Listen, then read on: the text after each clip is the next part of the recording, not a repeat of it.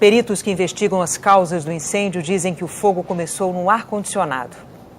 O alojamento onde os atletas morreram não existia oficialmente. A Prefeitura do Rio diz que o centro de treinamento tinha autorização para construir no terreno. Mas no projeto que o Flamengo apresentou para conseguir a licença, a área onde estavam os contêineres aparecia como um estacionamento, sem nenhum tipo de construção. A Prefeitura disse também que o Flamengo nunca registrou um pedido para usar aquele local como dormitório.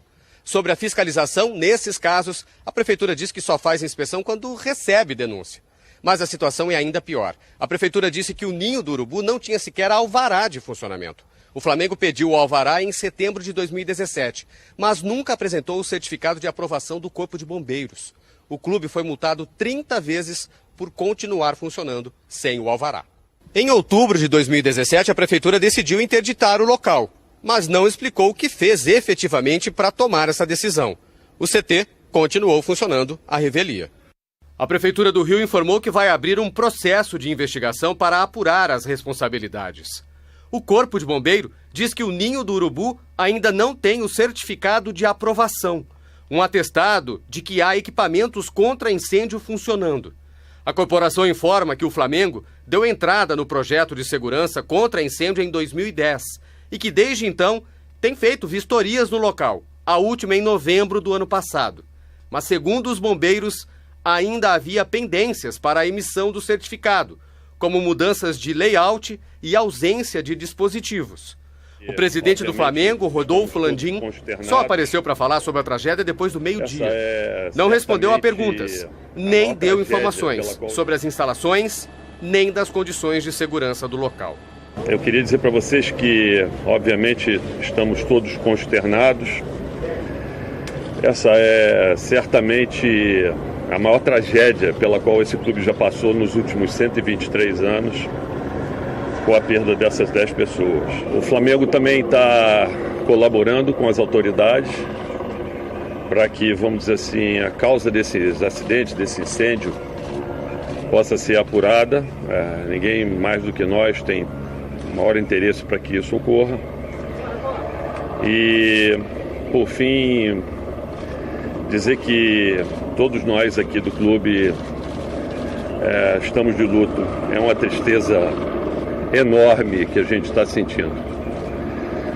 Não é fácil falar para vocês, obrigado a todos e peço desculpas.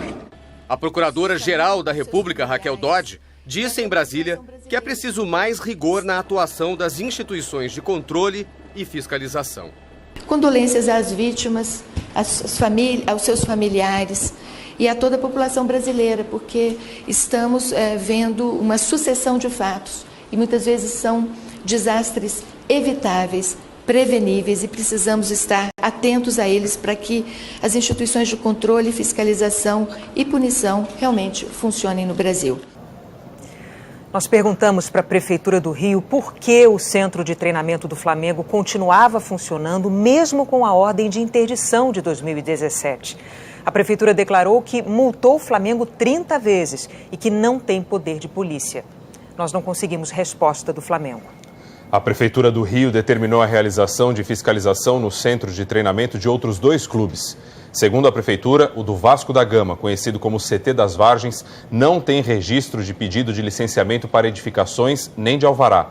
O do Fluminense, conhecido como CT Pedro Antônio, também não tem registro de pedido de alvará.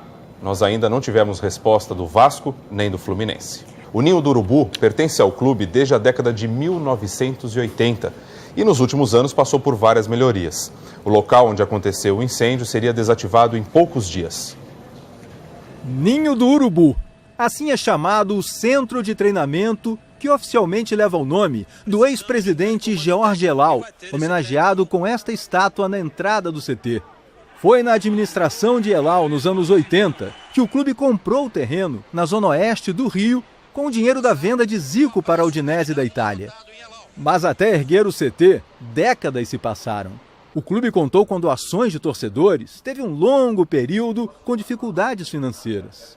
E só em 2010, o time adotou o Ninho como local de treinamento, ainda em condições precárias. Em 2016, um módulo novo, que custou 15 milhões de reais, elevou o Ninho a um novo patamar. Academia, alojamentos, tudo ainda voltado para o time profissional. Mas como o espaço já contava com 5 campos de futebol, passou a receber também os treinos das divisões de base e a alojar alguns jogadores. Quando a situação econômica melhorou para o clube, a diretoria decidiu construir um novo módulo, ainda mais luxuoso. Investiu 26 milhões de reais e inaugurou no fim do ano passado a versão nova do atual Ninho do Urubu, com mais de 5 mil metros quadrados de área construída. São 42 suítes. E bem atrás deste novo prédio fica o local do incêndio, a única estrutura mais antiga que restava no CT, o alojamento da base, que seria aos poucos desativado. E recebia meninos das categorias sub-15 e sub-17. Passar por este portão e ser jogador do Flamengo é o desejo de muitos meninos brasileiros. O clube é, por exemplo, o atual campeão da Copa do Brasil, categoria sub-17, campeão carioca sub-15. Os jogadores que são aprovados, mas não vivem na cidade, não têm família no Rio, podem viver dentro do clube, nos alojamentos. E como o treino de hoje pela manhã tinha sido cancelado pela comissão técnica, nem todos os que vivem no alojamento dormiram aqui esta noite. É o caso de Rian, meio-campo do sub-17 do Flamengo. Sim, eu durmo lá todo dia, normal, mas como não vai ter treino amanhã, cancelaram, aí a minha mãe ficou insistindo em vir para casa. Eu só ia vir hoje depois do almoço, mas como eles insistiam muito, eu vim ontem. Rian é amazonense e os empresários dele alugaram recentemente um apartamento para a mãe viver no Rio, perto do filho. Logo quando eu acordei, tinha muitas ligações, muita mensagem de amigos, pensando que eu estava lá no meio, né? Rian costumava dormir ao lado de um dos mortos no incêndio. Sim, com o Bernardo. Ele era como se fosse um irmão para mim. Lá dentro é como se fosse a segunda família. Ele tem uma explicação para o fato de ter escapado. O livramento de Deus, né? Porque se não fosse Deus, eu poderia ser um deles lá. Segundo o jogador de 15 anos, eram 36 atletas alojados, 6 em cada quarto. O quarto são confortáveis, tem ar-condicionado, tudo direitinho. Mas eu acho que mais porque estava todo mundo dormindo. E segundo uma fonte do Flamengo, 26 deles passaram a noite no clube. Para Rian, a retomada de treinos e jogos vai ser muito difícil. A gente convivia junto todos os dias e agora vai ficar um vazio muito grande sem eles. Muitas mensagens do mundo do futebol. Nós brasileiros e a família do futebol estamos muito tristes pelo acontecimento lá no CT do Flamengo. É uma coisa muito triste. Eu, pessoalmente, peço a Deus para que dê força a todos os familiares das vítimas. Neymar escreveu "Meus sentimentos" sobre o escudo rubro-negro. O argentino Messi disse: "E hoje, nossos pensamentos também estão com todos do Flamengo e as famílias das vítimas do incêndio." Em sua página oficial, o português Cristiano Ronaldo falou que estava profundamente triste. Ronaldinho Gaúcho, que jogou no clube em 2011, lamentou: "Terrível tragédia." Adriano também escreveu: "Que Deus conforte as famílias." Renato Augusto lembrou que o lugar onde o sonho dele se tornou realidade, hoje interrompeu o sonho de muitos. Triste demais. O maior jogador da história do Flamengo, Zico, que atualmente trabalha no Kashima Antlers do Japão, gravou um vídeo. A gente fica sem os pés no chão. Muitas vezes não existem assim muitas palavras para esses momentos. Peço a Deus que conforte aí seus familiares desses meninos que tinham sonhos. É difícil e a gente espera que tudo seja apurado, porque vidas se foram e isso não tem volta. Muita força para essa criançada e que Deus consiga confortar o coração de todos. Queria mandar também um abraço aos meninos sobreviventes dessa tragédia. Sei que é muito difícil você perder companheiros, amigos que estão todo dia, no dia a dia, com vocês. Então, sei que é muito difícil, porém,